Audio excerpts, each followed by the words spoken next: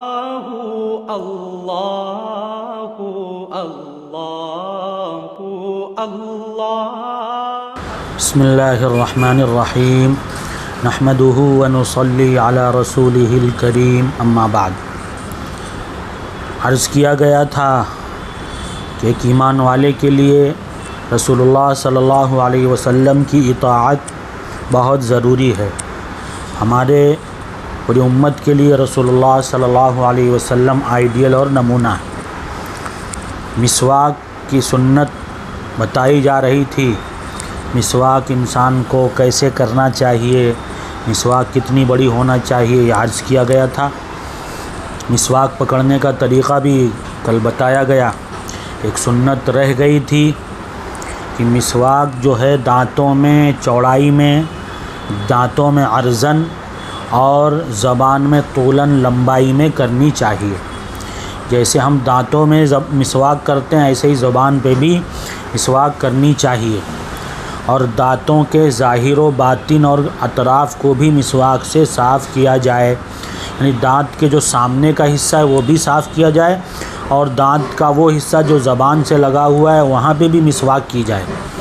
اسی طرح منہ کے اوپر اور نیچے کے حصے، جبڑے وغیرہ پر بھی مسواک کرنی چاہیے۔ مسواک کرنے کا طریقہ یہ بتا دیا گیا، اس طرح ہمیں مسواک کرنا چاہیے۔ مسواک رسول اللہ صلی اللہ علیہ وسلم نے بہت اہتمام سے خود فرمایا اور امت کو بھی حکم دیا مسواک کرنے کا۔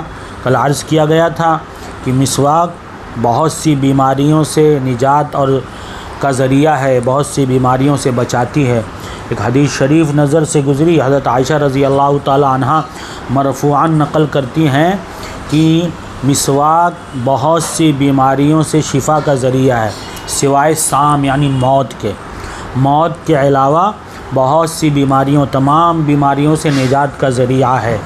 یہ غالباً دیلمی کی روایت ہے، حضرت عائشہ رضی اللہ تعالی عنہا سے مرفوعاً نقل کی گئی ہے۔ مسواک جیسے مردوں کے لیے سنت ہے، اسی طرح عورتوں کے لیے بھی مسنون ہے۔ حضرت عائشہ رضی اللہ تعالی عنہا کی روایت ہے، وہ فرماتی ہیں کہ رسول اللہ صلی اللہ علیہ وسلم ہم عورتوں کو بھی مسواک کا حکم فرمایا کرتے تھے۔ تو جیسے مردوں کے لیے مسواک سنت ہے، ایسے ہی عورتوں کے لیے بھی مسواک سنت ہے، ان کو بھی مسواک کرنا چاہیے۔ اگر کسی وجہ سے ان کے مسوڑے میں کوئی تکلیف ہو یا مسوڑا اتنا کمزور ہو کہ مسواک کے ریشے ان کو برداشت نہیں ہوتے ہوں، تو پھر اس کا نعم البدل کچھ اور مسواک کی نیت سے ان کو کرنے کی اجازت ہے۔ مسواک 20 مواقع پر کرنا مسنون ہے۔ کب کب مسواک کرنا چاہیے، رسول اللہ صلی اللہ علیہ وسلم نے کب کب مسواک فرمائی ہے، ان اوقات میں ہمیں اور آپ کو بھی مسواک کرنا چاہیے۔ رسول اللہ صلی اللہ علیہ وسلم نے سونے سے پہلے مسواک کرنا سنت ہے، آپ نے مسواک فرمایا ہے۔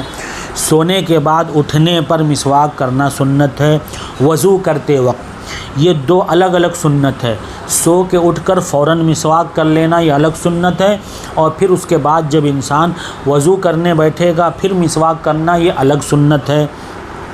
قرآن مجید کی تلاوت کرنے کے لیے مسواک کرنا، حدیث شریف پڑھانے کے لیے مسواک کرنا سنت ہے۔ منہ میں بدبو پیدا ہو جانے کے وقت اور دانتوں کے رنگ میں تغیر پیدا ہونے کے وقت، دانت اگر کبھی اس کے رنگ میں تبدیلی آ جائے اس وقت بھی کرنا سنت ہے۔ نماز میں کھڑے ہونے کے وقت اگر وضو اور نماز میں زیادہ فصل ہو گیا ہو، یعنی انسان نے وضو کے وقت تو مسواک کیا تھا لیکن وضو اور نماز کے درمیان لمبا وقفہ ہو گیا، تو پھر نماز سے پہلے اگر وضو ہے تب بھی نماز سے پہلے ایک بار مسواک کر لینا الگ سے صرف سنت ہے۔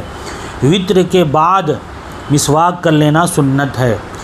ذکر الہی کرنے سے پہلے، خانہ کعبہ یا حتیم میں داخل ہونے کے وقت، اللہ رب العزت کسی کو یہ نعمت عطا فرمائے کہ وہ خانہ کعبہ میں اس کو داخلے کا موقع مل رہا ہے، اللہ رب العزت ہم سب کو عطا فرما دے۔ خانہ کعبہ میں داخلے کا اسے موقع مل رہا ہے، یا حتیم میں حج کے موقع میں یا عمرہ کرنے کے لیے گیا ہے، تو جو کعبہ کے بغل میں تھوڑی سی جگہ خالی ہے جسے حتیم کہا جاتا ہے، اگر انسان کو وہاں داخل ہونے کا موقع مل رہا ہے بغیر دھکم دھکی کے، بغیر کسی مسلمان کو تکلیف پہنچائے ہوئے، تو پھر اس وقت بھی مسواک کر لینا سنت ہے۔ اپنے گھر میں داخل ہونے کے بعد مسواک کرنا سنت ہے۔ بیوی سے مقاربت سے پہلے، بیوی سے ملاقات کرنا ہے، جماع کرنا ہے، تو اس سے پہلے بھی مسواک کر لینا سنت ہے۔ کسی بھی مجلس خیر میں جانے سے پہلے، بھوک پیاس لگنے کے وقت بھی مسواک کر لینا سنت ہے۔ موت کے آثار پیدا ہونے سے پہلے انسان کو احساس اگر ہو جائے کہ ہمارا وقت آخر اب آ چکا ہے، بس اب ہم تھوڑے وقت کے مہمان ہیں، تو اس کو مسواک کر لینا چاہیے۔ اس وقت موت کے اثرات ظاہر ہونے کے وقت مسواک کر لینا سنت ہے۔ سحری کے وقت مسواک کرنا سنت ہے۔ کھانا کھانے سے پہلے مسواک کرنا سنت ہے، اور اسی طرح کھانا کھانے کے بعد مسواک کر لینا سنت ہے۔ دیکھیے آپ صلی اللہ علیہ وسلم نے ہمیں اور آپ کو کیا بہترین طریقہ ہمیں سکھا دیا۔ آپ صلی اللہ علیہ وسلم نہیں چاہتے ہیں کہ ہم کھانا کھائیں تو کھانا کھانے کے ذریعے غلط قسم کے جراثیم کھانے کے ذریعے ہمارے پیٹ میں جائیں، اس لیے کیا سنت قرار دے دیا کہ کھانا کھانے سے پہلے مسواک کر کے دانتوں کو صاف کر لیجئے، تاکہ وہ جراثیم وغیرہ گندے قسم کے ہوں تو وہ ختم ہو جائیں۔ کھانا کھانے سے فارغ ہونے کے بعد بھی ہم کر لیں، تاکہ کھانے کے ریزے وغیرہ اگر ہمارے دانت میں یا کہیں پھنسے ہوئے ہوں تو اگر وہ پھنسے رہ جائیں گے تو اس میں بسا اوقات دیر تک رہنے کی وجہ سے بدبو پیدا ہو جاتی ہے، مختلف قسم کے جراثیم پیدا ہو جائیں گے جو ہمارے تھوک کے ذریعے پیٹ میں چلے جائیں گے تو بیماریوں کا ذریعہ بن جائیں گے۔ تو قربان جائیے آقا مولا محمد الرسول اللہ صلی اللہ علیہ وسلم پر، کتنا شفقت امت پر فرمایا، امت کو معمولی تکلیف سے بچایا ہے کہ ان سنتوں پر عمل کر کے ہم بہت ساری بیماریوں سے، بہت ساری پریشانیوں سے بچ سکتے ہیں۔ حضرت عائشہ رضی اللہ تعالی عنہا کی حدیث جو میں نے ابھی پڑھا کہ اس میں فرمایا انہوں نے کہ مسواک جو ہے موت کے علاوہ تمام بیماریوں سے شفا ہے۔ تو دیکھ لیجئے اس طرح ہم مسواک کریں گے تو یہ جراثیم وغیرہ سے محفوظ رہیں گے تو بیماریوں سے بچ سکتے ہیں۔ تہجد کے وقت مسواک کرنا مسنون ہے۔ سفر میں جانے سے پہلے انسان سفر میں جانے لگے تو مسواک کر لے تاکہ منہ کی بدبو وغیرہ زائل ہو جائے۔ سفر میں بہت سے لوگوں سے ملاقات ہوگی، اگل بغل میں ہمارے لوگ بیٹھیں گے تو ہماری بدبو وغیرہ سے ان کو تکلیف نہ پہنچے۔ اللہ رب العزت نے ہمیں کیسا بہترین، کیسا اچھا دین عطا فرمایا ہے، اور ہمیں محمد الرسول اللہ صلی اللہ علیہ وسلم کے پیارے پیارے طریقے عطا فرمائے دیے ہیں، جس پر ہم عمل کر کے ہم اپنی دنیا میں بھی بہت سارے نفع حاصل کر سکتے ہیں، آخرت میں بھی اس کا بہترین اجر و ثواب اللہ رب العزت ہمیں عطا فرمائیں گے۔ تو یہ بات عرض کی گئی کہ ان مواقع پر جو ہے مسواک کر لینا سنت ہے۔ ہمیں خود بھی کوشش کرنا چاہیے، عمل کرنا چاہیے، اور اپنے آل اولاد متعلقین کو بھی یہ پیارے پیارے طریقے، مسنون طریقے ان کو بتانا اور سکھانا چاہیے۔